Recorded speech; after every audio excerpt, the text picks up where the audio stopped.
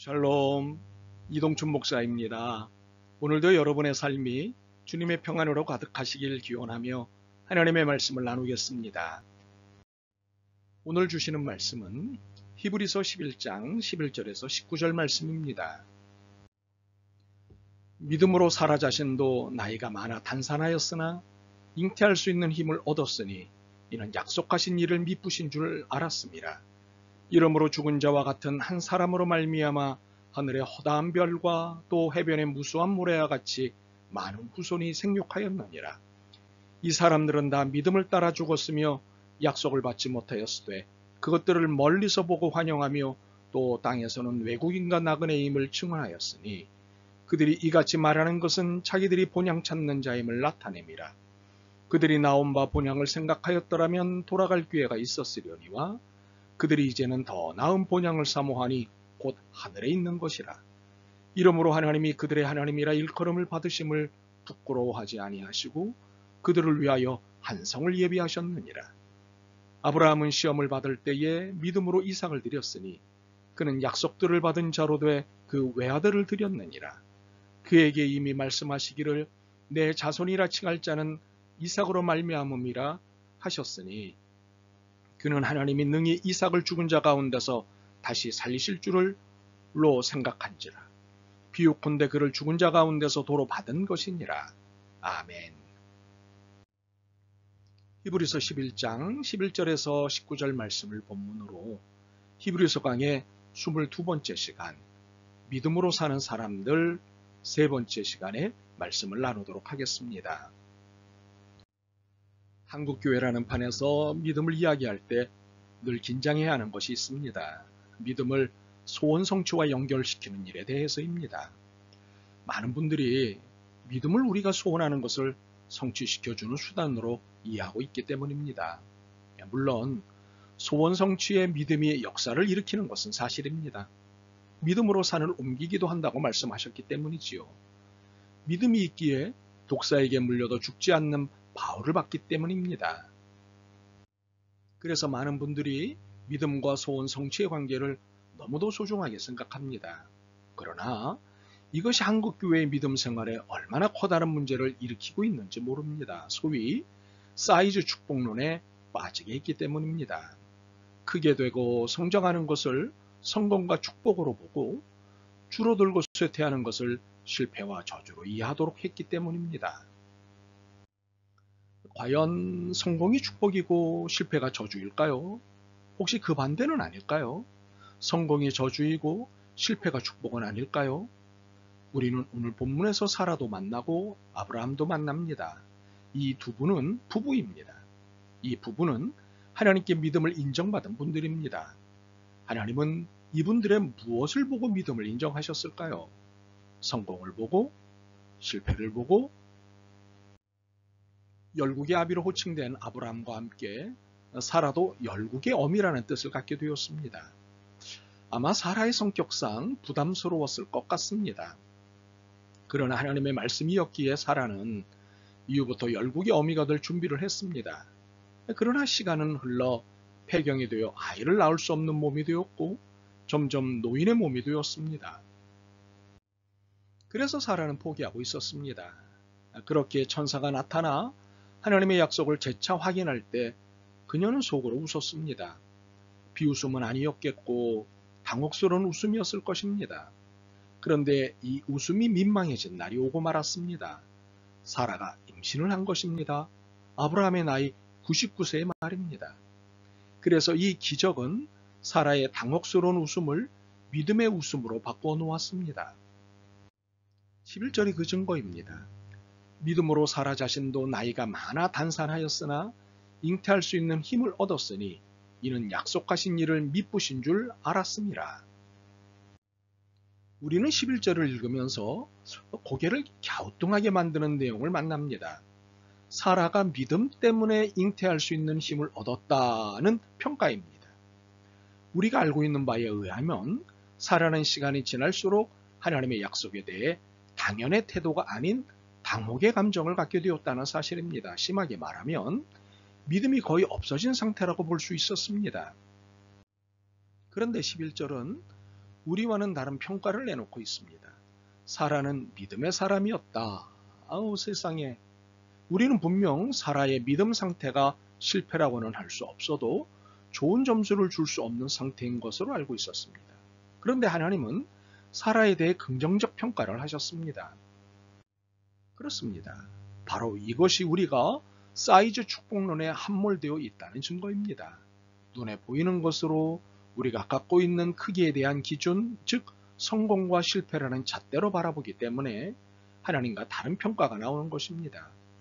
하나님이 보시는 것은 사이즈가 아니라 바로 당신 유입니다. 여러분 자신입니다. 바로 당신이 하나님께는 믿음인 것입니다. 하나님이 당신을 선택하셨기 때문입니다. 당신이 하나님의 사랑이기 때문입니다. 결국 사라의 사이즈가 아닌 하나님의 사랑이 약속의 결과를 보게 하셨습니다. 12절입니다.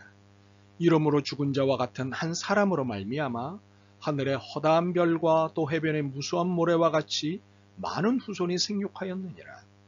이것은 분명 하나님의 결과물입니다. 그런데 이 결과물을 사라의 믿음 때문이라고 지켜 세우신 것입니다.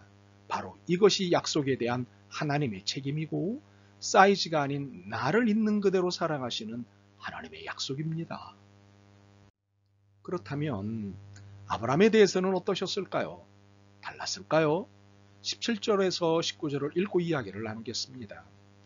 아브라함은 시험을 받을 때에 믿음으로 이삭을 드렸으니 그는 약속들을 받은 자로 돼 그 외아들을 드렸느니라. 그에게 이미 말씀하시기를 내 자손이라 칭할 자는 이삭으로 말미암으리라 하셨으니 그가 하나님이 능히 이삭을 죽은 자 가운데서 다시 살리실 줄로 생각한지라. 비유컨대 그를 죽은 자 가운데서 도로 받은 것이니라. 아들 이삭을 제물로 바치는 아브라함의 이야기는 사실 엽기적입니다. 더욱이 현 시대의 분위기로 읽으면 엽기 중에 엽기입니다. 그래서 인권운동가들의 입장에서 그리스도교는 미친 종교입니다. 충분히 이해할 만한 비평입니다. 이런 비평을 모리에로 몰아붙일 필요는 없습니다. 상식적인 비평이기 때문입니다. 이를 인정하고 나서 우리의 변명이 시작되면 됩니다. 하나님은 100세에 얻은 귀하디 귀한 아들을 제물로 바치라고 하셨습니다. 왜 그랬을까요? 왜 그러셨을까요? 아브라함의 믿음을 보시려고 그러셨습니다. 매우 단순한 이유였습니다. 그런데 하나님이 아닌 우리의 입장에서는 너무도 끔찍한 주문입니다. 동물이 아닌 사람이라니. 하나님은 종종 이해하기 어려운 주문을 하십니다. 우리가 이해할 수 있는 것을 상식이라고 하는데 이 상식을 넘는 주문을 하십니다. 바로 이 상식을 넘는 주문을 두고 믿음을 이야기하십니다.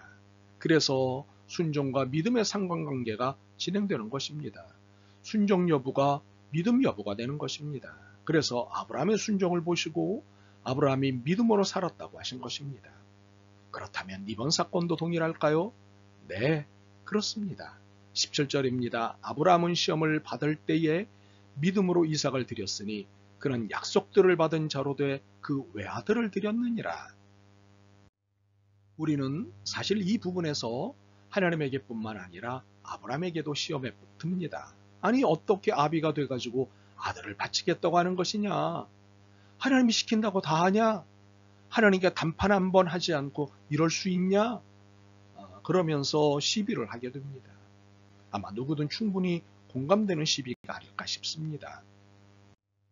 그러나 18절과 19절을 읽고 나면 아브라함의 행동에 계속해서 시비 걸기가 주저될 것입니다. 그에게 이미 말씀하시기를 내 자손이라 칭할 자는 이삭으로 말미암으리라 하셨으니 그가 하나님이 능히 이삭을 죽은 자 가운데서 다시 살리실 줄로 생각한지라. 비유컨대 그를 죽은 자 가운데서 도로 받은 것이니라. 자, 이 상황을 잘 들여다봅니다. 아브라함은 하나님의 명령을 받았습니다. 경험상 그 어떤 명령도 거절할 수 없다는 것을 아는 그였습니다. 그래서 아마 시작은 억지로 했을 것입니다. 그런데 시간 지나면서 아브라함에게 한 생각이 마음을 지배하기 시작했습니다. 18절입니다. 내 자손이라 칭할 자는 이삭으로 말미암으리라. 아브라함의 계보는 이삭을 통해야만 한다는 약속은 곧 하나님의 책임이시라는 사실을 깨닫기 시작한 것입니다. 아브라함은 부정적인 생각을 뒤집어 보았습니다. 그러자 19절의 답이 나왔습니다.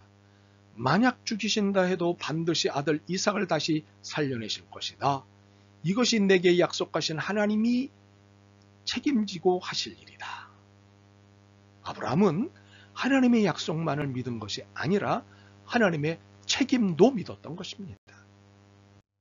이 엽기 중에 엽기적인 명령을 내리신 하나님이 답없이 일을 진행하시지 않는다는 것을 또다시 깨닫는 순간이었습니다. 그래서 그는 아들 이삭을 제물로 바칠 산을 향하여 갈 수 있었던 것입니다. 이것이 믿음이었고 이를 하나님이 인정하신 것입니다. 결과는 아브라함이 믿은 그대로였습니다. 하나님의 책임이었습니다. 미리 양을 준비해 놓으시고는 이 사건을 읽는 모든 사람들의 믿음을 테스트하신 것입니다. 참으로 경배할 수밖에 없는 하나님입니다. 그런데 과연 아브라함과 사라의 믿음의 태도가 잉태와 제물에 국한되어 있었을까요? 아닙니다. 이 부부의 믿음은 근원적으로 하나님 나라에 불이 박혀 있었습니다. 13절에서 16절입니다.